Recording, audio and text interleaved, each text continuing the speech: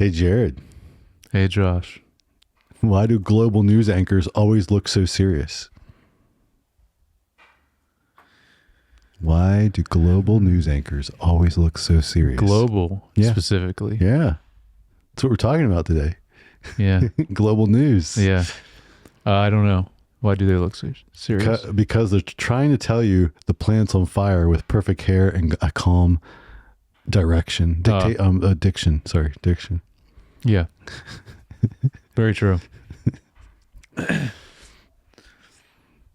just trying to look the best while saying that, the world is on fire. Yeah. Yep. You're right. Yeah. Very true. So it's nicer if a female is saying it to you, an attractive female, then it's like, oh. Yeah. It's easier to take the hard news. Not that, yeah. That's definitely a Seinfeld thing. Devastating news. Yeah. Oh, I think the Seinfeld thing is it's like this very specific, like sultry, voice. Female voice. Yeah. Like you could tell me I have cancer and be like, really? You don't say. What, yeah. Really, so what time do you get off tonight?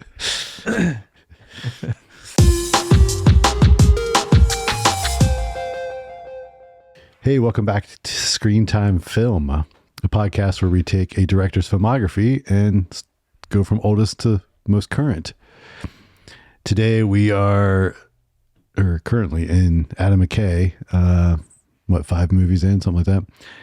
And we're going to discuss Anchorman 2, The Legend Continues. Yes. Jared, I'm so lonely I paid a hobo to spoon with me. Yeah, I understand.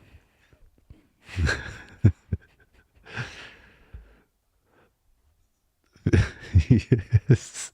I was going to say, I was going to say, were you going to do Andre it? the Giant gave a surprisingly nimble foot rub. Oh, yeah, there we go.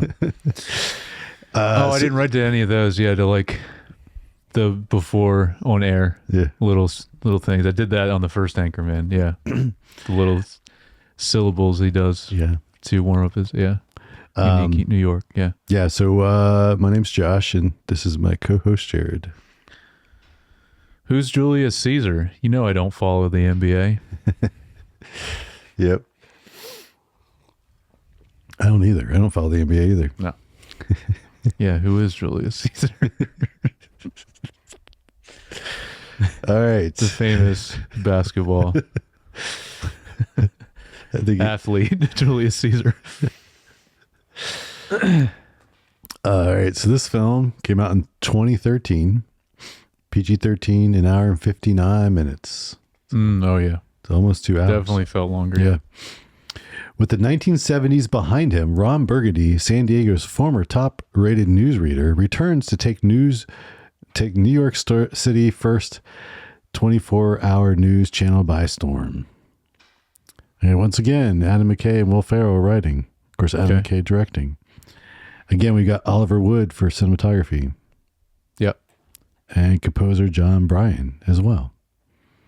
No, not this time. No? Did I not check that one? It's Andrew Fedelstein and John Now, unless I wrote it down wrong. But it's two people this time. I can double check to see if I... You might be right, but... Well, it was last, yeah. Yeah, so unless you didn't change it, but... Not changing it. I'm going to double check to make sure. But these two composers, if this is who it is, which I'll know in a second, the only thing they did credit wise is the Jury Duty TV show, which was an awesome show, but also very recent versus this. Yeah. So I didn't see much for these guys as far as score. Yes, Andrew Fedelstein, John Now.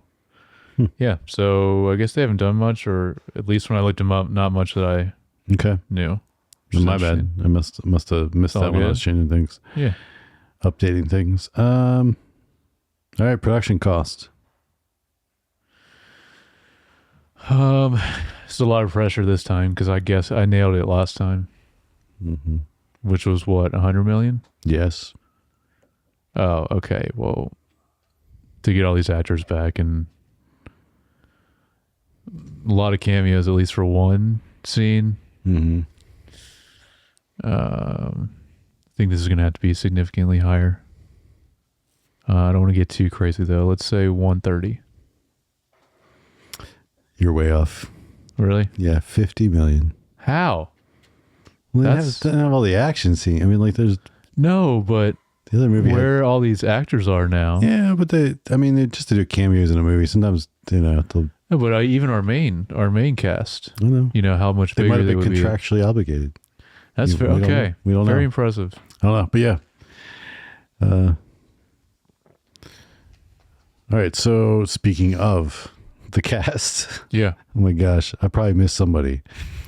So we got Will Ferrell, Steve Carell, Paul Rudd, David Kocher, Christina Applegate, Dylan Baker, Megan Good, Judah Nelson, James Marsden, Greg Kinnear, Josh Lawson, Kristen Wiig, Fred Willard, Chris Purnell, Harrison Ford, June Deanna, Raphael, Drake, Yeah. Eliza Coupe, Jim Carrey, Tina Fey, Amy Poehler, Liam Neeson, Sacha Baron Cohen, and Vince Vaughn. Yeah.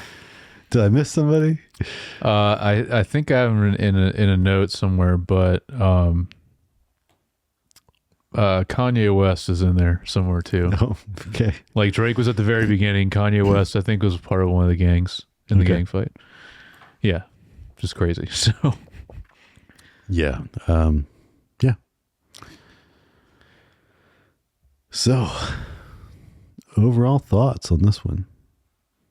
yeah, had you seen this one before? Yes, I mean, I think again, yes, once, some like right when it came out to be like, oh, the sequel, and then never watched it again till now. Same. Yeah, I definitely have only seen this once because there was definitely stuff I did not remember. Yeah. Watching it this time.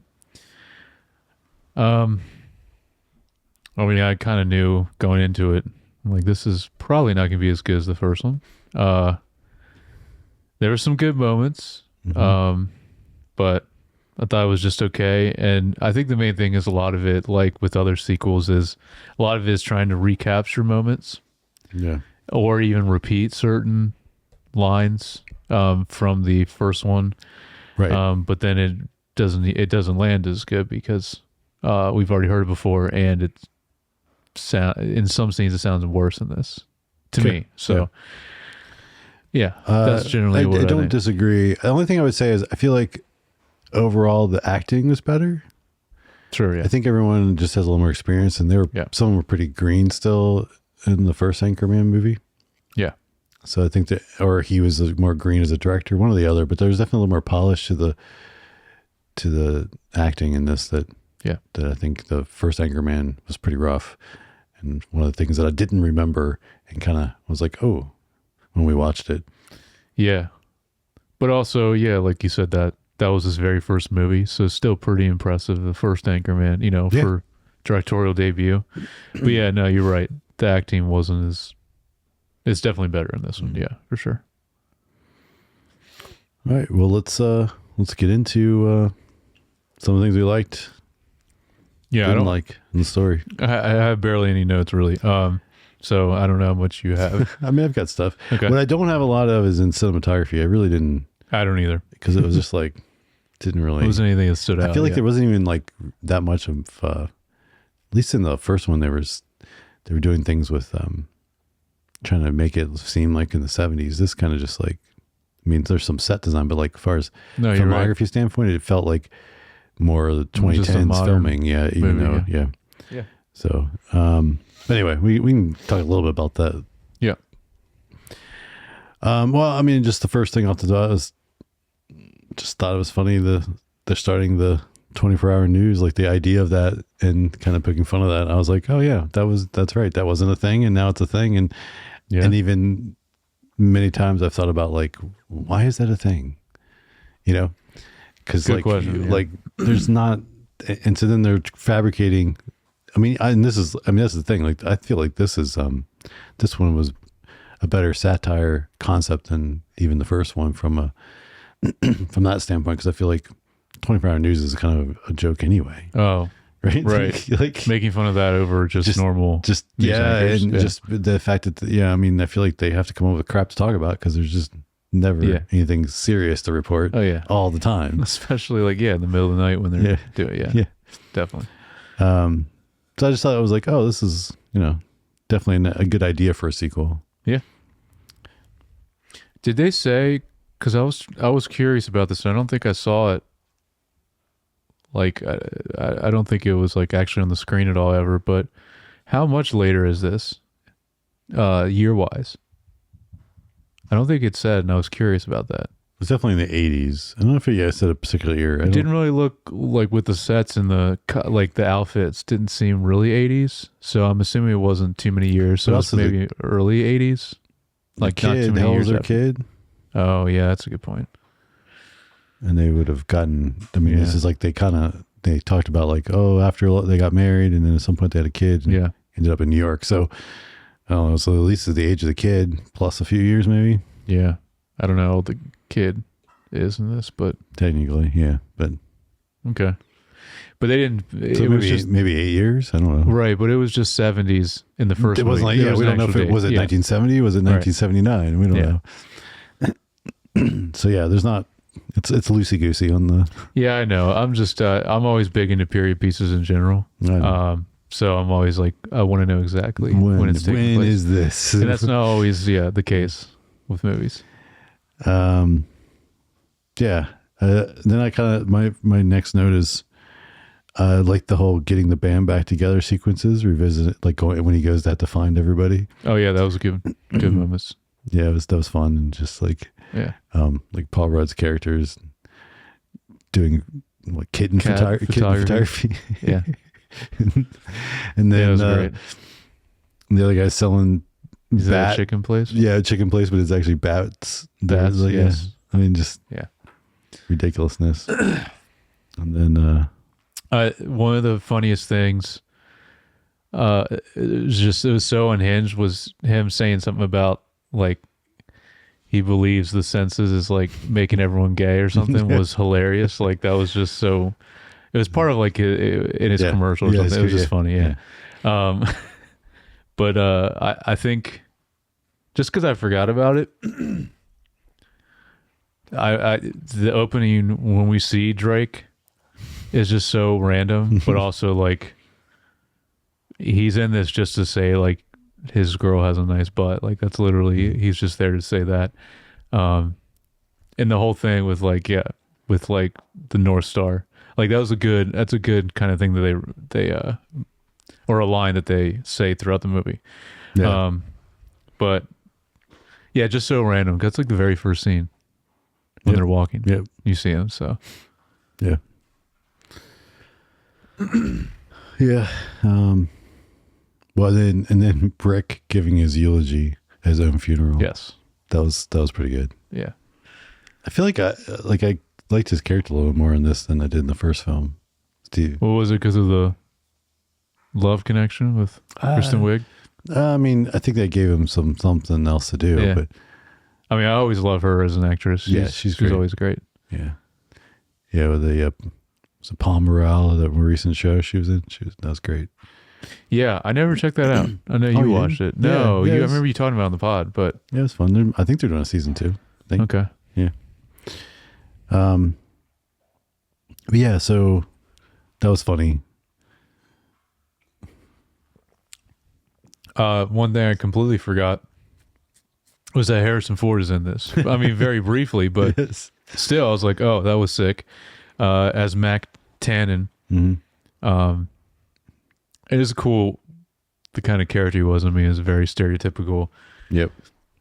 But someone that, Ron Burgundy looks up to and is like, sees him as like a, newsman legend. Mm-hmm. Perfect character for Harrison Ford, for sure. Yeah. So I kind of wish he was in it even more, but I understand they probably couldn't get him that long, or he was probably very busy. But yeah, so that was cool. I don't know. I feel like that time frame was... Yeah, maybe not as much. I don't know. Yeah. That would have been... When did... After... It been after The Force Awakens, right? Or was no, it was before. Force Awakens was 2015, but this would have been Right after the fourth Indiana Jones. Okay. Because that was like late 2000s. Okay. I want to say. But yeah, I don't think he was doing much acting wise. Yeah, he did as much then. Yeah. Now he's got his. Yeah, now he's doing a lot. Yeah, I mean, between Shrinking and in a Marvel movie, like he's all over the place. Yeah. But I think his most iconic characters, he kind of like did one last one for all those, like Star Wars and Indiana Jones and stuff like that, and Blade Runner. Yeah. He kind of like to close out those characters because I don't think he's coming back to any of those. Correct. I believe you're correct probably on that. Still love him in Shrinking. Oh yeah. Amazing. Yeah, we talked about, especially in the finale of this new season. It was incredible. And then, of course, him getting fired and having to get hired at the 24-hour news. Yeah. It was great. So then they get stuck with the bad. This was, it was a good zig and zag, right? Like he gets fired and then he gets his job offer for great money and you're like, oh, he's going to be back at it. And then they find out he's got like the skank shift. Mm-hmm. and James Morrison. James Morrison's got he's got the like prime time. Yeah. Yeah. It's a random connection, actually. I'm thinking about it. The composers did Jury Duty, and that's like, and he's in that. Yeah, he's in that, which is just so random. Yeah, he's another one. I was wondering, like, what was he doing at this point, career-wise as well? Yeah, I feel like I don't think he was doing as much either. Then didn't get really well known until I feel like he really started to get noticed when he was in Westworld. Well, that was kind of his comeback because it was like he was huge as Cyclops, which would have been like the 90s, late 90s, early 2000s. And then he kind of I don't remember him doing as much, and then kind of came back with Westworld, and then started doing a lot more since. He's done a lot of stuff since then. Yeah. Mm-hmm.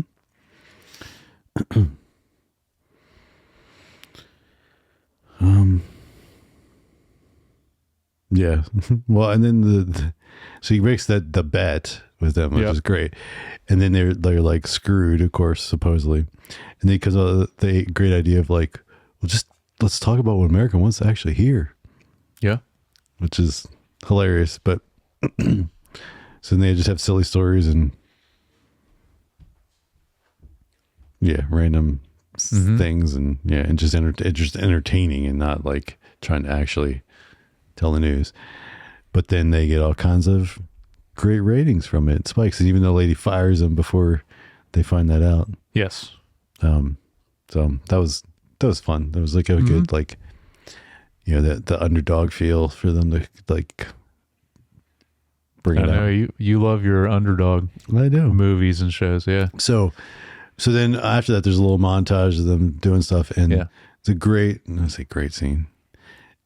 It was an interesting scene for me when they win all their Emmys and they're walking down. Oh yes. And I was like, oh, I've got some of those. Yep. And it's like literally the same, because they do a close up of one before that when somebody else had won one. Yeah. And like, I guess he didn't have one yet.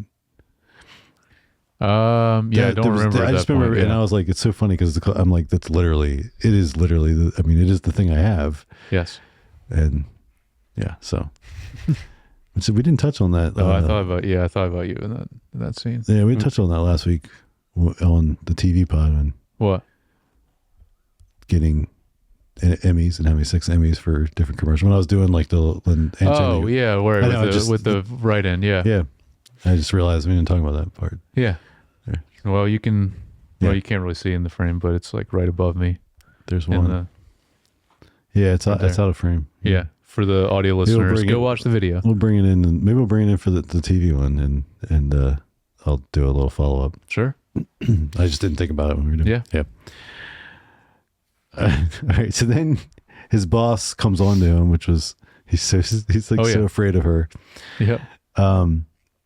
But the awkward racial stuff when he goes to dinner. That was great. Which is funny because he just keeps going. No, and that scene was great. But to the contrast of that, though, like I think one of the worst parts of this movie was him just kept saying black to her. Like that part, I was like, this is not funny. Yeah. Like Well, that was it didn't just, age well. It probably. no, but regardless of that, just as like that was just kind of whatever. But no, but then what you're talking about, the dinner scene, I thought was hilarious. And I love how like her siblings just like kept getting Yeah. Well, progressively more pissed like Yeah. as it well, and like because they're all like, we don't talk that way, and they're all like talking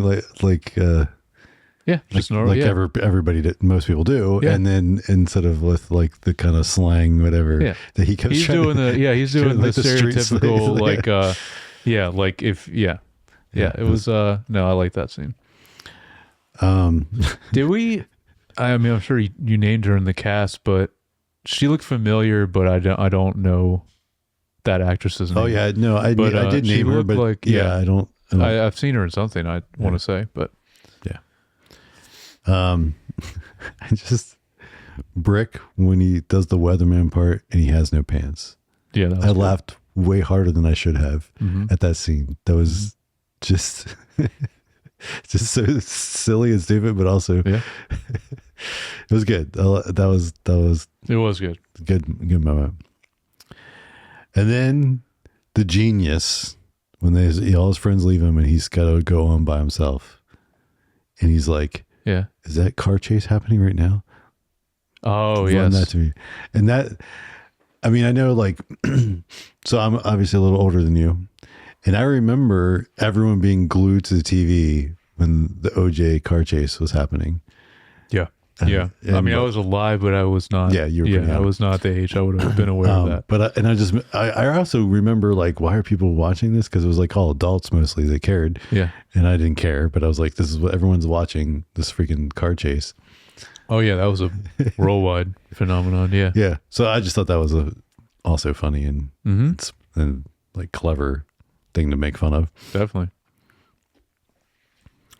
All right, and then I like the. I guess you have no notes. Like I feel like I'm the one I keep talking about. No, my only other note is I, even though it was just a repeat of the first movie, I thought the rival news fight scene was great. Okay. Not only because of seeing all the cameos, but well, I mean that was a big part of it. But It was definitely. I mean, he's learned how to do. It was a fight bigger scene. and It it was a felt much better more fight. cinematic Yeah, and like yeah. a But after, of bigger course, fight, after which the it last was. movie with yes, the other guys, they definitely did a ton of that stuff. yeah. But so I really like that scene, even though that was a rehash. But that's what I mean. That's why, and it seems like in general, which is interesting. It seems like you're higher on this than me, but there's moments like that are rehashes that I thought were good, but then there's moments where he's repeated stuff from the first movie that I just didn't think was as Land as well. yeah in this one. I like the callback with the flute playing, but now he's doing it on the ice skates, and I thought that was. So that was an example. I was just kind of like, like Well, I because liked the what it was- flute thing was interesting What originally. I don't like. Yes. No, go ahead. Sorry. No, that was it. Just like originally, like that whole thing in the first movie was interesting, but then it was just like, oh, we have to have him do this again in the movie and just up it even more. I don't know. So like that aspect, I was just kind of like, all right.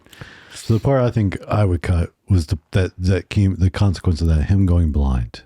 Oh yeah, Like the only thing that's interesting now is like having a pet shark was kind of funny. yeah. That was Nursing I a like shark, that, like yeah. that part, but like Right. That was and that it was part long. of it. It was like it wasn't a short sequence. It was long. That's where it seemed like I was like, oh, this movie's too long. Yeah, Yeah. I agree. Like they could cut out all that because it's pretty long. Him like with Veronica like helping him recover.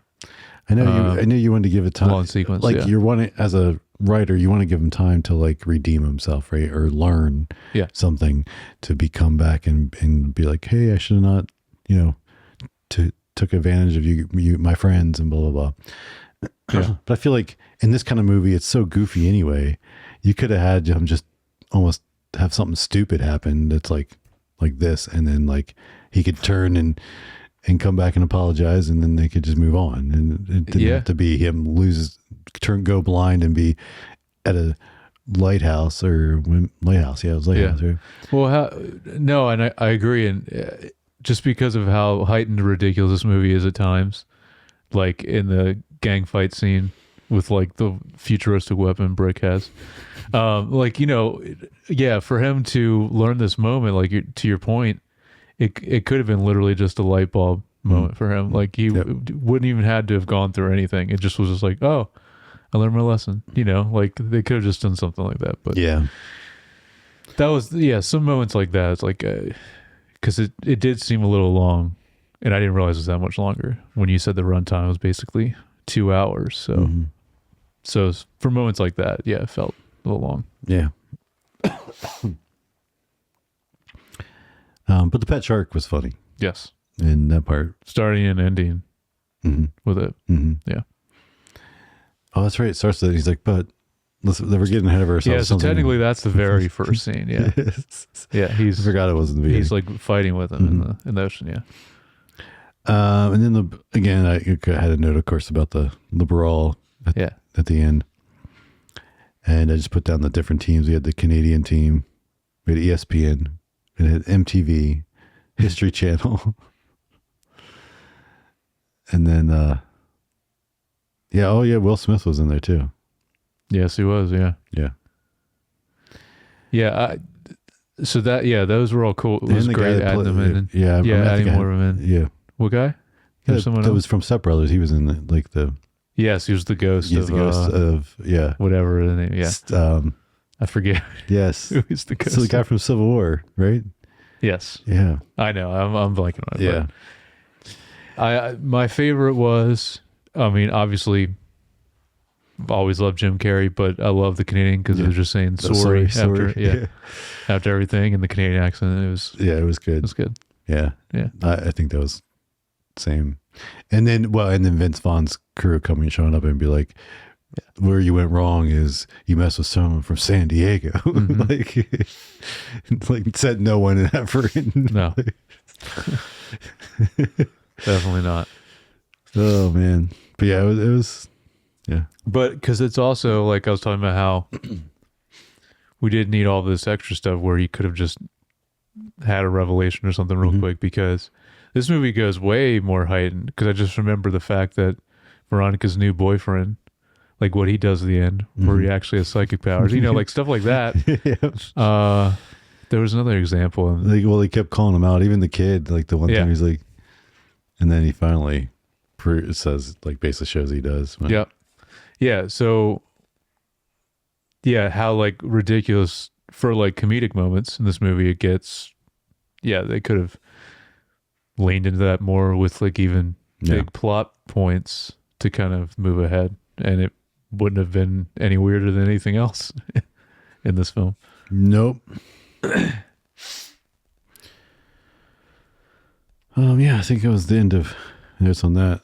So yeah, like I said, cinematography, like there wasn't anything really special, and like I feel like in the first one at least they were doing some stuff to make it some of the period piece and some of the like period ads, and then they were doing that like a little more dramatic like spotlighting when he was playing just doing some things that were, I don't say clever is not the word, but just more visually interesting. And they were doing some whip pans too in there. They were. I feel like in this one they didn't do as much of that stuff. It was just straightforward, pretty standard lighting. I mean, there's nothing bad about it. No. It's just no, it still looked good. It was just very like modern, like you said, type of filmmaking, especially for what, 12 years old now this is. But yeah, just like more, I guess, safe also type of thing, like not really being experimental at all with the camera work. But I would have definitely liked, to your point you're talking about, because they had to make it look like a period piece anyway. So why not add to the cinematography with that too? Even if, you know, they couldn't shoot actual on film, doing in post, you know, film grain or whatever kind of tech, or even with the certain lighting. I know we've talked about that before on other movies that are like from the 70s and 80s.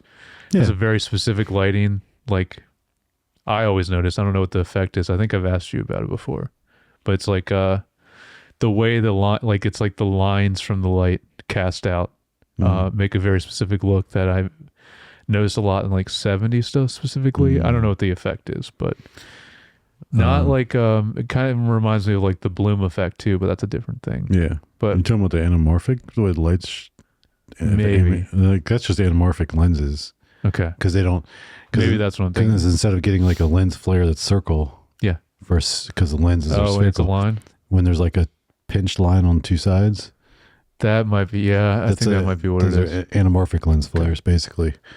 Now, I can't. I don't really. I should maybe know this a little bit better, but.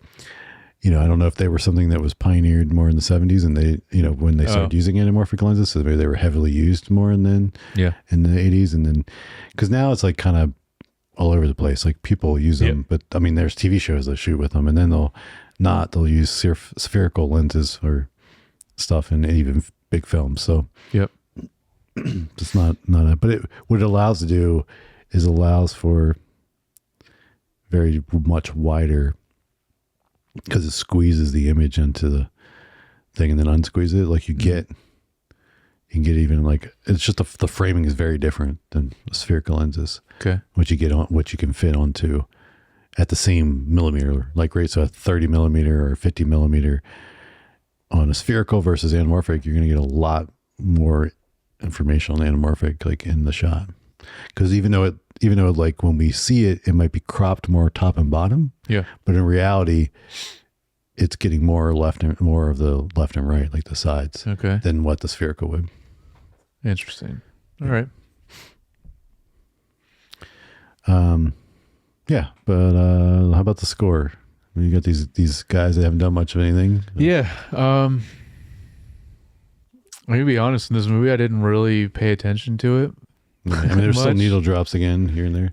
Yeah, there's a lot of that, just like the first Anchorman. So I don't really have any notes on it, but nothing stood out to where I was like, this is bad. There's definitely moments, definitely had a 70s feel to it, but I couldn't tell if there was more or less of the actual score in this one than the first one. Because obviously it's a different composer too. But yeah, nothing specifically to point out. Okay. Well, about themes and messages. Well, I didn't write anything down, but let me think about it for a second. I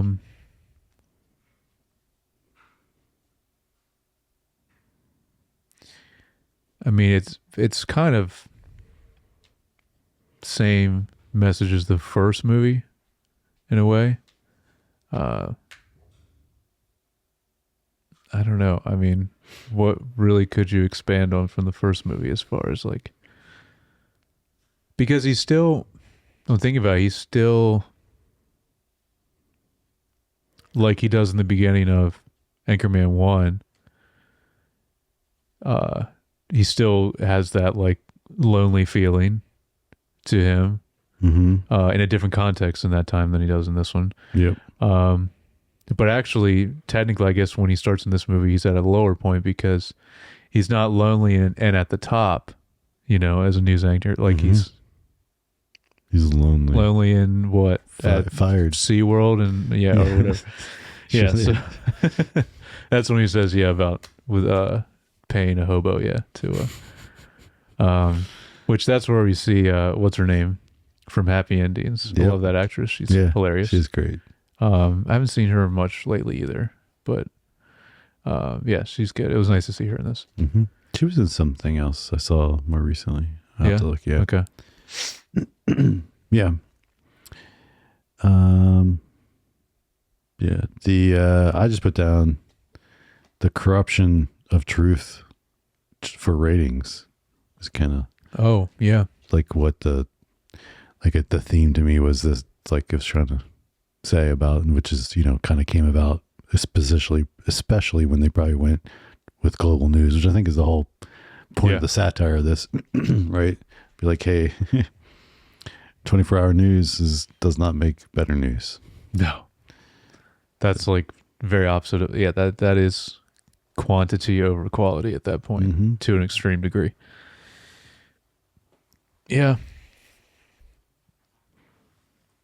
And I mean it in 2025, news in general, I would argue, has just gotten way worse. Mm-hmm. So, well, it's like not just one, but multiple people have 24 hours. Yeah. Yeah. Cool. All right. Well, let's do a little trivia. Unfortunately, it's like if you want to like read the news every day, it's like, what are the chances you're going to read the news and feel better afterwards? It's like most of the time, if you try to read the news or a newspaper or whatever every day, it's like, how many times are you going to feel like great afterwards? Unfortunately, not very often. You want to be an informed person, and so you want to not just ignore what's you going don't on. want to have your head in the sand, but then you also, no, it's true. Mm-hmm. All right, so a little bit of trivia from IMDb. So Will Ferrell appeared in character as Ron Burgundy at several events, including the Canadian Olympics, curling trials, local North Dakota newscast. He was supposed to anchor ESPN's flagship program, SportsCenter, in character, but his appearance on the famed 6 p.m. EST of the program was canceled. So they must have canceled that. But he was... See, that would have been great to see on ESPN. But he anchored the Canadian Olympic curling trials. Yeah. Okay. Yeah. Nice. And in some newscasts in North Dakota. The sequel had been in the works for several years, but stalled even with Will Ferrell, Paul Rudd, and Steve Carell taking pay cuts to keep the budget down. Paramount Pictures didn't like the numbers and didn't agree to a sequel initially. However, the studio later decided to greenlight the sequel. So there you go. When Ultrasius of the Clouds, well, that's Kristen Dunst up there. Kristen Dunst, yeah. That's another one. Jack Lime says, I banged her. There's a reference to Bachelorette 2012 when he and Dunst had a sex scene. Oh. I didn't even hear him say that. I didn't hear him say that either. I didn't even realize that was Kirsten Dunst. I realized it was her, but I completely forgot about that. Because she was in with all the other cameos. Yeah. Because she was like, it was like at the end. I think I missed her. I didn't get her down. Yeah, it was at the end of the fight. Prior to filming, several $1,000s of the filming and production equipment was stolen from a warehouse. Dang. The film was originally conceived as a musical. That would have been interesting.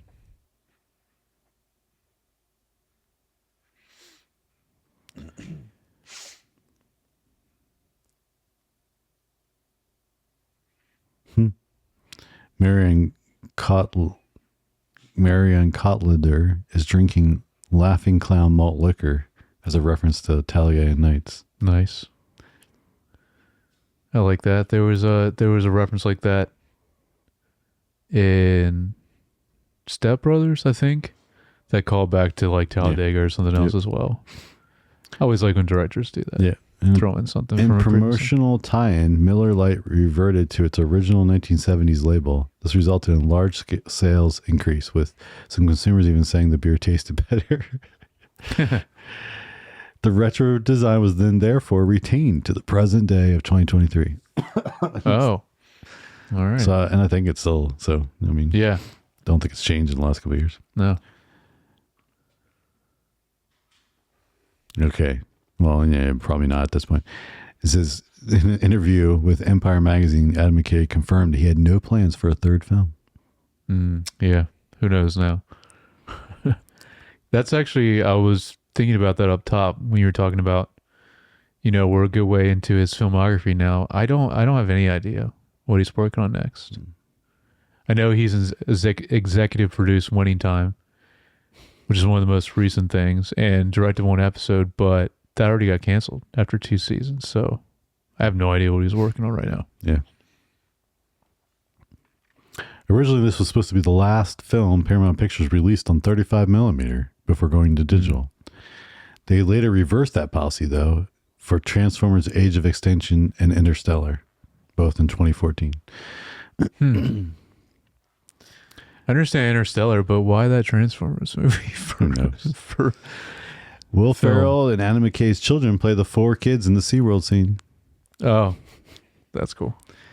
A role was offered to Jennifer Lawrence, but she had to decline due to scheduling conflicts. Wonder what she would have done. Played. Around that time, she was in the like newer X-Men stuff, wasn't she? Yeah, but I'm saying, what would she have played in the? Oh, in this. Yeah, it doesn't say what role they offered, so I'm sure it would have replaced somebody. Maybe the boss to Kristen Wiig's character that kind of yells at her a couple times. Yeah, maybe. I don't know where else you'd put her. I don't know. The role.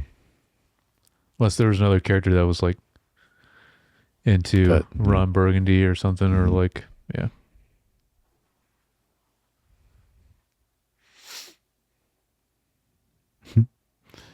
So that's when it is. When Ron and Veronica are called to Mac Tannen's office at the start of the film, Tannen comes face to face with Veronica and moves her hair. Ron then says, "You like the merchandise in A?" Quoting a line from Watto in episode 1. That was the reference, was to Phantom Menace. Mm-hmm. That's crazy. The three friends in LA that Brian mentions, O.J. Simpson, Robert Blake, and Phil Spector, would all be infamously tried for a different woman's murder in years following the events of this film. It's their nickname, the Lady Killers. Oh, yeah.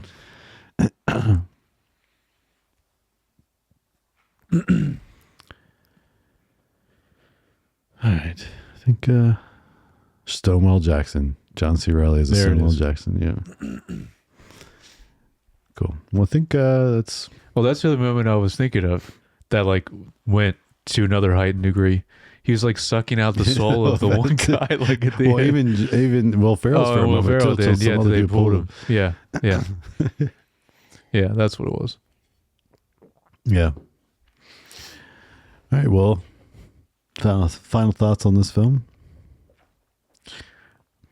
I don't know. I just so like if someone was like, "Oh, I'm a fan of the first one, never saw the second," what would you tell them to watch it?